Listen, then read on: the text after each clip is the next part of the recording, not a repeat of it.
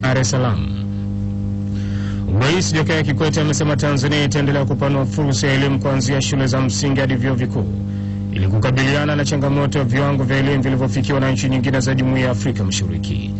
Akizungumza katika kilele cha maadhimisho miaka 50 ya Chuo Kikuu cha Dar es Salaam, amesema dhamira ya serikali ni kuona ushiriki wa sekta binafsi katika ujenzi wa vyuo vya elimu ya juu na kusisitiza kuwa imeanza kugharamia elimu kwa wanafunzi wa vyuo binafsi na kuongeza bajeti ya mikopo ya wanafunzi kutoka bilioni 56.1 mwaka 2005-2006 hadi shilingi bilioni 317.9 mwaka huu.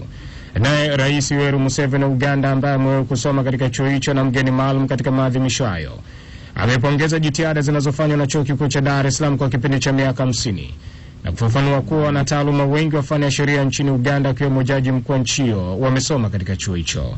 Kwa upande wake, Waziri wa Elimu na Mafunzo ya Ufundi Dr. Shukuru Kawambwa amesema serikali inayatambua matatizo yanayokabili chuo hicho katika kutimiza majukumu yake na kuahidi kutoa ushirikiano katika kuyatatua.